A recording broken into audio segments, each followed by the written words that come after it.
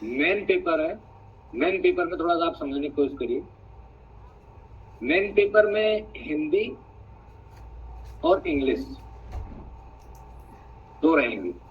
जो एक complementary paper होगा हमारा, कॉम्प्लीमेंट्री पेपर होगा, उसके अंदर संस्कृत, तुम्हारी असमी लैंग्वेज, उर्दू एक्सेट्रा बाकी सब लैंग्वेज होंगी।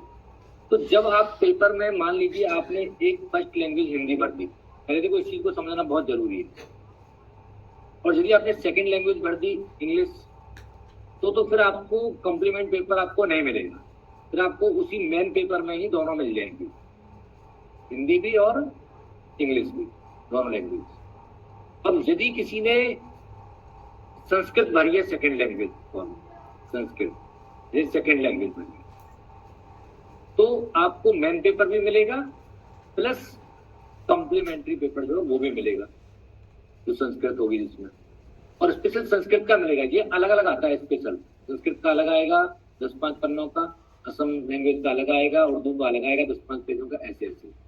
तो आपको ये मिल गई मेन बुकलेट और ये मिल गई आपको कॉम्प्लीमेंट्री बुकलेट, क्वेश्चन बुकलेट। तो आप इसमें से तो आप उठाएंगे हिंदी वाला पोर्शन, लैंग्वेज फर्स्ट हिंदी, यानी आपने 30 क्वेश्चन आपने साइको कर लिए, 30 क्वेश्चन मान लीजिए आपने मैथ कर लिया, और 30 क्वेश्चन आपने मान लीजिए एनवायरमेंट कर लिया, ईवीएस, तो यानी कि 90 हो गया।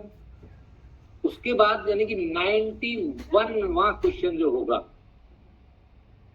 91वां जो क्वेश्चन होगा नंबर आपका, वो हिंदी का होगा, क्योंकि आपने लैंग्वेज फर्स्ट ली है हिंदी, समझ रहे हैं? यानी कि भाग 4 में आ गए आप, 1 भाग, 2 भाग, 3 भाग और चौथा भाग। जब आप चौथे भाग में आ गए तो भाग भाषा 1 आपने लिए है हिंदी, तो आपके क्वेश्चन 91 से शुरू होकर के कहां खत्म हो जाएंगे? 120, 30 क्वेश्चन। यहाँ तक क्लियर? यानी आपको ध्यान करना है, इस पेपर में 2 जगह हिंदी मिलेगी आपको, भाग 4 में भी और भाग 5 में भी। जैसे मैं अभी आपको दिखा देता हूं,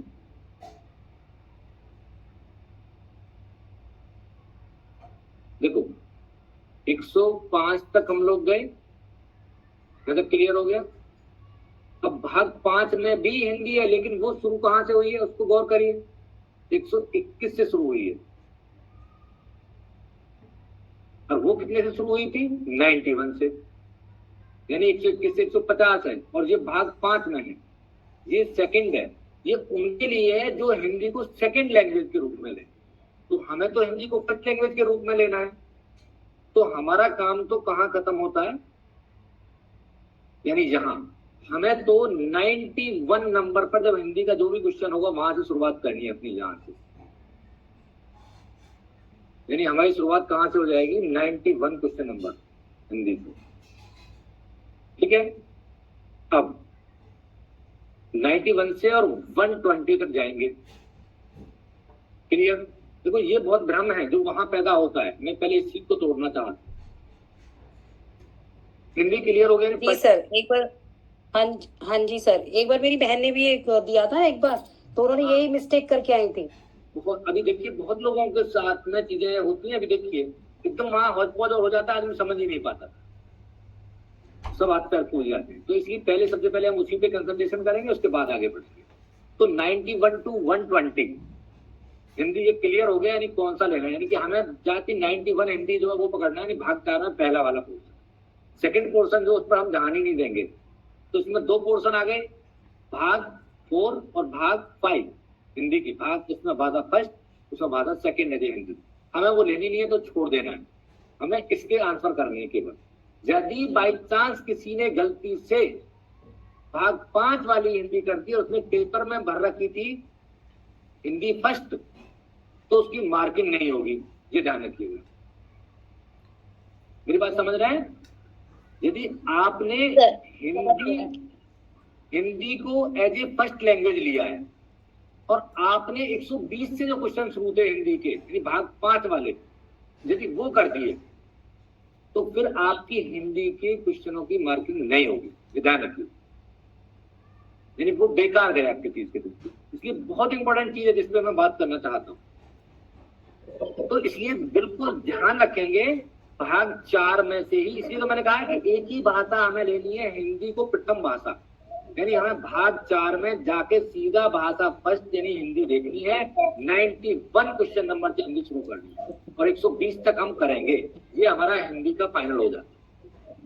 यहाँ इतना ध्यान रखें। उसके बाद इस पेपर में क्या है आगे, कितनी बार हिंदी है, कितनी बार इंग्लिश है, नहीं देखना है हमें। हमें मेन हमारा हिंदी का पोर्शन हमारा यहाँ है, ये हमें देखना है। भाग 4 भाषा फर्स्ट हिंदी, ये देखना है। 91 क्वेश्चन।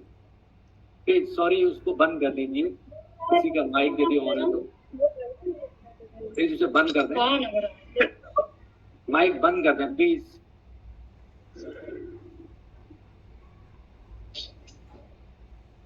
आगे बढ़े। जी सर। ठीक है, तो यानी यहाँ पर हम आ गए, हिंदी को देख रहे हैं किस फॉर्म में।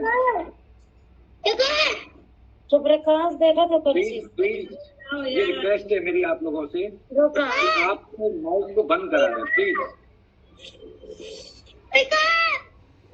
संगीता मैम आपका माइक ऑन है, बंद कर दीजिए। नहीं हो पाएगी चीजें।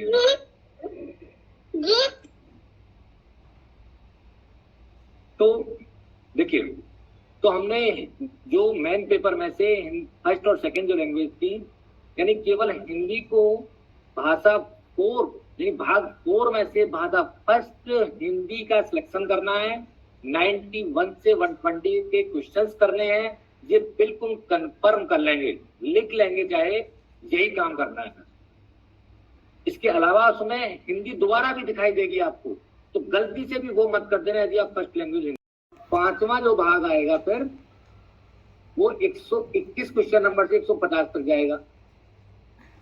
तो यानी इंग्लिश के जो क्वेश्चन है, इंग्लिश लिया है किसी ने सेकंड में, तो वो कहां से शुरू करेगा करना, 121 क्वेश्चन नंबर से शुरू करेगा करना। वो 91 से नहीं करेगा, इंग्लिश भी मिलेगी आपको 91 से, इंग्लिश भी आपको 91 क्वेश्चन नंबर से मिलेगी, लेकिन वो भाग 4 में मिलेगी भाषा फर्स्ट के रूप में।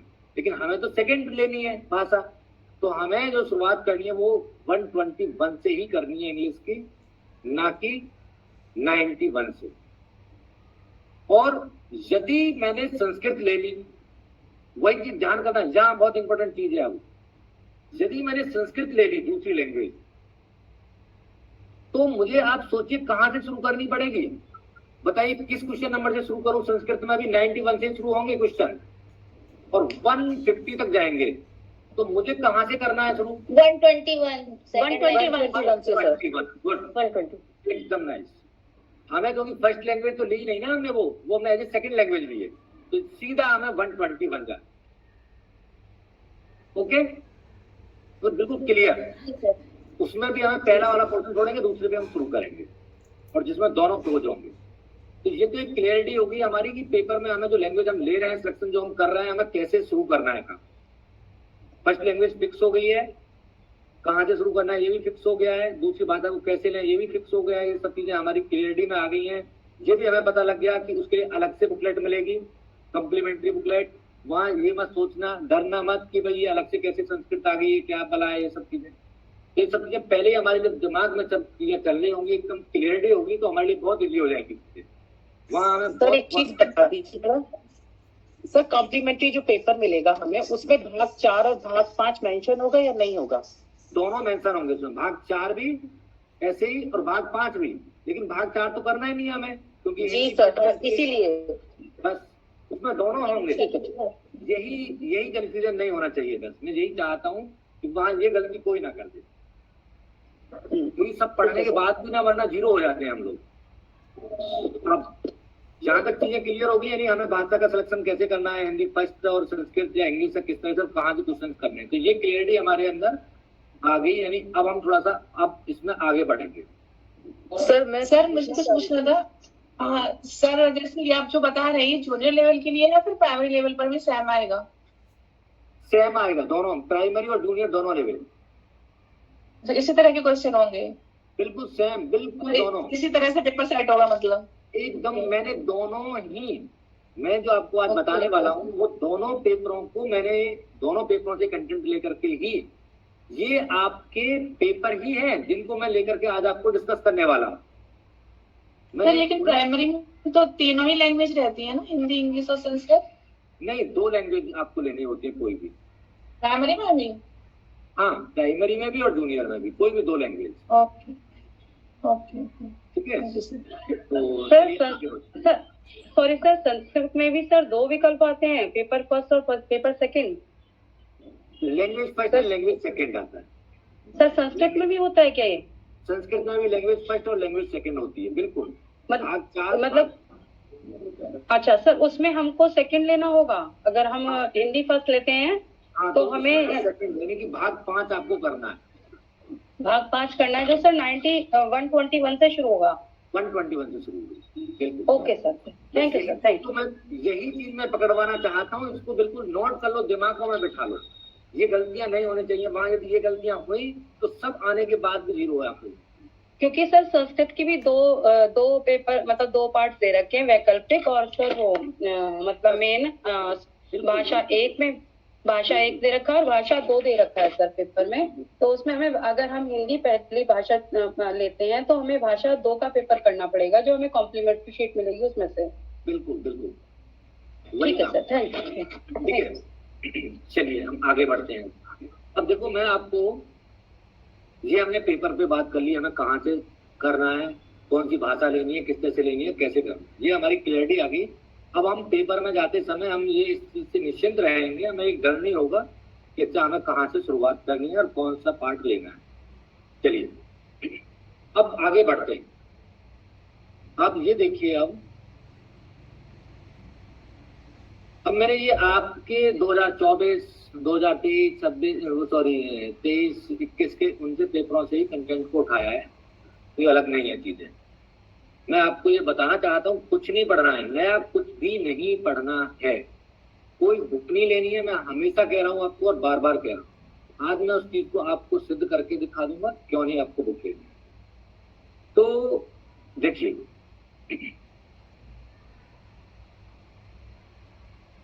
भाग 4 भाषा फर्स्ट हिंदी। अब आपके दोनों आएंगे, तो आपको जो पढ़ाई कर रहे हैं आप, तो जो 10 पेपर आप करेंगे या 12 पेपर जो करेंगे, जो मैं आपको कराने वाला हूँ, तो हम तो भाषा फर्स्ट भी करेंगे, सेकंड भी करेंगे, क्योंकि जस्ट फॉर प्रैक्टिस हम काम कर रहे हैं अभी प्रैक्टिस पे। ठीक है, तो हमें तो क्वेश्चन जितने ज्यादा करेंगे उतनी ज्यादा परफेक्शन होगी, लेकिन वहां पर हम करेंगे केवल भाग 4 के ही क्वेश्चन। तो अब यहाँ से शुरुआत करते हैं। अब देखो, जब एक नॉर्मल है, जो पैराग्राफ है 91 to 99, जैसे देखिए एक गद्यांश उसने दे दिया 91 to 99, इस पर इतने क्वेश्चन इसने बना दिए। आप देखेंगे एक गद्यांश दे रखा है 91 to 99 और फिर एक पद्यांश दे रखा है 100 to 105, यानी टोटल हमारे कितने क्वेश्चन हो गए? 15 क्वेश्चन। 1 2 3 4 5 6 क्वेश्चन इस पे और 9 क्वेश्चन उस पे दे दिए उसमें, टोटल 15 क्वेश्चन। कोई दिक्कत यहां तक? यानी ये 15 क्वेश्चन कंटेंट बेस्ड है और 15 क्वेश्चन आपके हिंदी साइकोलॉजी के होंगे। अब साइकोलॉजी के लिए तो अलग से हम स्टडी करेंगे। सब लोगों की समस्या है कि कंटेंट वाले जो क्वेश्चन है ना, इस पे बहुत लोग फंसे हुए हैं और बहुत बार बार मुझसे भी क्वेरी आ रही है, क्वेश्चन आ रहे हैं, चीजें पूछ रहे हैं लोग कि सर ये समास, छंद, रस, अलंकार, संधि एक्सेट्रा एक्सेट्रा ऐसा हो रहा है कि हम चीजें पढ़ रहे हैं, वो पढ़ रहे हैं, पूरी ग्रामर पढ़ रहे हैं, वो पूरी ताकत लगा रहे हैं हिंदी में।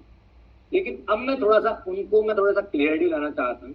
सबसे पहले मैं उसी की तरफ जाना चाहता हूँ कि वो बेकार भ्रमित ना हो पैराग्राफ देखिए, 15 की 15 क्वेश्चनों पे हम थोड़ा सा एक बार ओवरव्यू करेंगे, फिर उनको समझेंगे, फिर हम कैसे उनके आंसर भी करेंगे। 15 समझ लीजिए, आज आपको 15 नंबर देने वाला हूं हिंदी के। आपका आधा काम सिर्फ है, आधी। आप देखिए, पहला क्वेश्चन आप देखिए, क्या इसमें कोई ग्रामर आई है? दूसरा क्वेश्चन देखें 92, क्या इसमें कोई ग्रामर है? तीसरा क्वेश्चन देखें, क्या ग्रामर है? चौथा क्वेश्चन आप देखेंगे, एक प्रत्यय। मैक्सिमम ग्रामर यदि आती है तो एक आध कोई क्वेश्चन मिलेगा, वो भी प्रत्यय का, कोई ग्रामर नहीं, वो भी सिंपल सी ग्रामर, सिंपल, जिसको आप आराम से बता देंगे, वो मैं ट्रिक बताऊंगा। 95 में 95 में कोई क्वेश्चन है क्या ग्रामर? नहीं। 96 में ग्रामर नहीं। 97 में एक ही क्वेश्चन मिल रहा है कारक वाला, ये सब जानते हैं इतना सा। आगे आते हैं,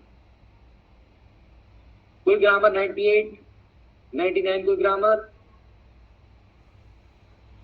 100 में, 101 में, 102 में, 103 में, 104, 105 मैक्सिमम मिले भी तो कितने क्वेश्चन? वो भी 2 क्वेश्चन, और वो भी कितने सिंपल क्वेश्चन मिले।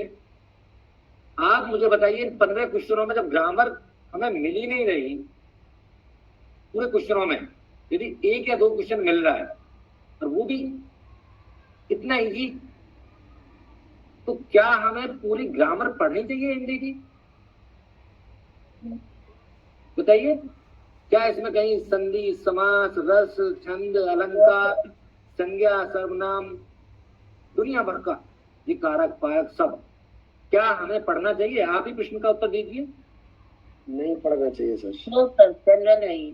जब उसका वेटेज ही नहीं है, जब क्वेश्चन पेपर में ही नहीं आ रहा है, तो भाई क्यों पढ़े हम? अब फिर भी लोग पढ़ रहे हैं, यदि पढ़ना चाहते हैं तो उनके लिए तो मैं नहीं कह सकता, लेकिन मैं तो इतना तो मैं कह सकता हूँ आपको, मैं मतलब आपके सामने मैं दिखा सकता हूँ, उसकी जरूरत नहीं है। मैं पहले दिन से कह रहा हूँ, मत ज्यादा भागिए, मत ज्यादा बुक की तरफ उतना जाइए, मत कंटेंट में उतना जाइए, जरूरत ही नहीं है। बात आती है फिर पैराग्राफ की, तो पैराग्राफ के लिए कोई बुक नहीं पढ़ी जाती, उसको समझा जाता है, उसके लिए कोई बुक नहीं है। जब कंटेंट में हमें ग्रामर पढ़नी नहीं, बाकी बचा पैराग्राफ, तो क्यों बुक पढ़ रहे हैं हम लोग? बस हम पेपर को थोड़ा समझना और पढ़ना शुरू करें तो ज्यादा बेटर है, पेपरों को पढ़ना शुरू करें तो ज्यादा बेटर है। अब शुरुआत करेंगे हम पेपरों के क्वेश्चंस को भी कैसे छांटें। तो 2-4 चीजें आएंगी ग्रामर की, उनको मैं आपको साथ साथ सॉल्व कराऊंगा और बताऊंगा, समझाऊंगा कि वो कैसे हम सॉल्व कर सकते हैं। अब बात आती है कि 15 नंबर का जो कंटेंट है, जो हिंदी का है, जो क्वेश्चन छांटने हैं, अब उसको हम कैसे करें, इजीली कैसे करें। अब इसकी देखो, जनरली तो क्या है, लोग क्या है ट्रिक्स लगाते हैं अपनी, और वो ट्रिक क्या है सबकी कि पहले पैराग्राफ पढ़ते हैं। हम सब लोग क्या करते हैं, सबसे पहले पैराग्राफ पढ़ते हैं, फिर आंसर क्वेश्चन पढ़ते हैं, आंसर पढ़ते हैं, क्वेश्चन पढ़ते हैं, आंसर पढ़ते हैं। ऐसा हम करते हुए चलते हैं। अब ये पेपर इतना इजी है कि इसमें बहुत सी क्वेश्चनों के आंसर, तो आप पैराग्राफ नहीं भी पढ़ेंगे ना, और आप क्वेश्चनों को करना शुरू कर दें तो भी कर लेंगे। मैं ये आपको 100% आश्वस्त करता हूं कि आप नहीं भी पढ़ेंगे पैराग्राफ, तब भी यदि आपने प्रश्न पढ़ करके शुरू कर दिया करना, बहुत से प्रश्नों का आंसर आप तब भी दे देंगे। लेकिन फिर भी डर रहता है कहीं क्वेश्चन गलत ना हो जाए, तो इसलिए जब हम बिना पैराग्राफ पढ़े भी क्वेश्चन कर सकते हैं, हमें समय का विशेष ध्यान रखना है। ये मैंने इसलिए मैं कह रहा हूँ ये चीजें, क्योंकि वहां पर हमें केवल और केवल 150 क्वेश्चन करने, इतना बड़ा पेपर होता है 50-60 पेज का, वो पढ़ना भी है, सब सॉल्व भी करना है। वहां पर प्रॉब्लम ये नहीं है कि आप 90 नहीं कर पाओगे, 90 मार्क्स का आप कर दोगे, मैं 100% कहता हूँ, यदि आपको समय और दे दिया जाए। समस्या वहां है डायनेमिक एग्जाम नेचर होने की वजह से। ये जो एग्जाम है ये डायनेमिक नेचर का है, यानी इसमें एक क्वेश्चन पे 1 ही मिनट मिल रही है आपको। अब क्वेश्चन के लिए आपको पूरा पढ़ना भी है, समझना भी है, फिर आंसर भी करना है आपको। तो ऐसे जो एग्जाम्स होते हैं वो डायनेमिक नेचर होते हैं, ये अंडरस्टैंडिंग नेचर नहीं होते। डायनेमिक नेचर एग्जाम्स में क्या है कि हमें क्वेश्चन को जब सॉल्व कर रहे हैं तो हमें क्विक आंसर करना होता है, तो उसकी हमें ट्रिक भी क्विक ही चाहिए था। तो उसकी ट्रिक पे हम आज काम करने वाले। जनरली तो आप क्या करेंगे कि आप तो पूरा पैराग्राफ उठाएंगे, यहां से आपने शुरू करते हैं और आप यहां तक आते हैं, फिर आप क्वेश्चन पढ़ते हैं, फिर दोबारा आप पैराग्राफ पढ़ते हैं, फिर पहले पढ़ा, फिर क्वेश्चन पढ़े, फिर दोबारा पैराग्राफ पढ़ा, तो आपने डबल टाइम लगा दिया। अब उतना तो टाइम है नहीं। और जबकि मेरा एक कहना ये भी है कि वो डायरेक्ट आंसर भी आपको मिल जाते हैं कभी कभी। मैं खुद आपको अपना एक्सपीरियंस बताता हूं। एक बार मैं बहुत बार इसको कर चुका हूं, बहुत बार मैंने इसको किया है पास।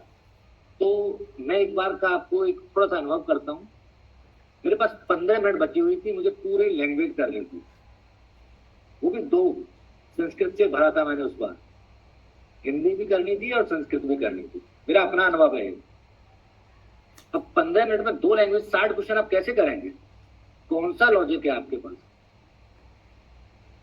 मैं रियलिटी में कह रहा हूं, मैंने पैराग्राफ ही नहीं पढ़े थे, मैंने बस क्वेश्चंस को देखा और आंसर लगाया, क्योंकि इतना लॉजिकल रहे, इतना रीजनिंग है इसमें, इतना लॉजिकल है कि आप क्वेश्चन को देखकर भी आंसर लगा सकते हैं। तो ऐसा आपको फील आता है, क्वेश्चन को पढ़ते ही फील आने लगता है। तो एक तो ये तरीका है। तो इसलिए क्यों ना हम शुरुआत पैराग्राफ को पढ़ने की बजाय प्रश्नों को पढ़ने से कर दें। यानी मेरा ये कहना है कि हम पहले पैराग्राफ नहीं पढ़ेंगे, उस पर समय जाया ना करते हुए हम क्या करेंगे, पहले क्वेश्चन पढ़ेंगे। उससे हमें 2 लाभ होंगे।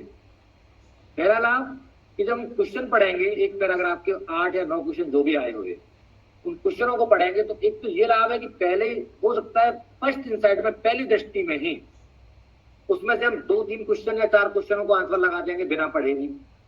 जैसे कहीं कोई प्रत्यय या संधि या कुछ छोटा मोटा कुछ पूछा होगा, या कोई जैसे समान शब्द या भिन्न शब्द या कुछ ऐसा कुछ भी पूछा है, या एक जनरल क्वेश्चन पूछ रखा है, तो उनका हो सकता है हमारे आंसर डायरेक्ट लग जाएंगे 2-4 क्वेश्चन बिना पैराग्राफ पढ़े भी।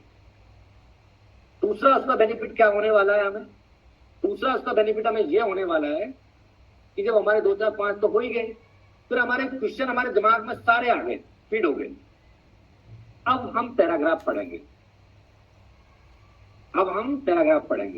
तो जैसे ही हम पैराग्राफ पढ़ना शुरू करेंगे, हमारे दिमाग में क्वेश्चन ऑलरेडी फिट है। जैसे हमने ये क्वेश्चन पढ़ लिया, संस्कृति पर तरह तरह के प्रभाव पड़ते हैं, यह बात कैसी समझी जा सकती है, ये इसने क्वेश्चन किया। इसके आंसर हमने पढ़े, देखे, तरह तरह के प्रभाव पड़ते हैं, यह बात कैसी समझी जा सकती है।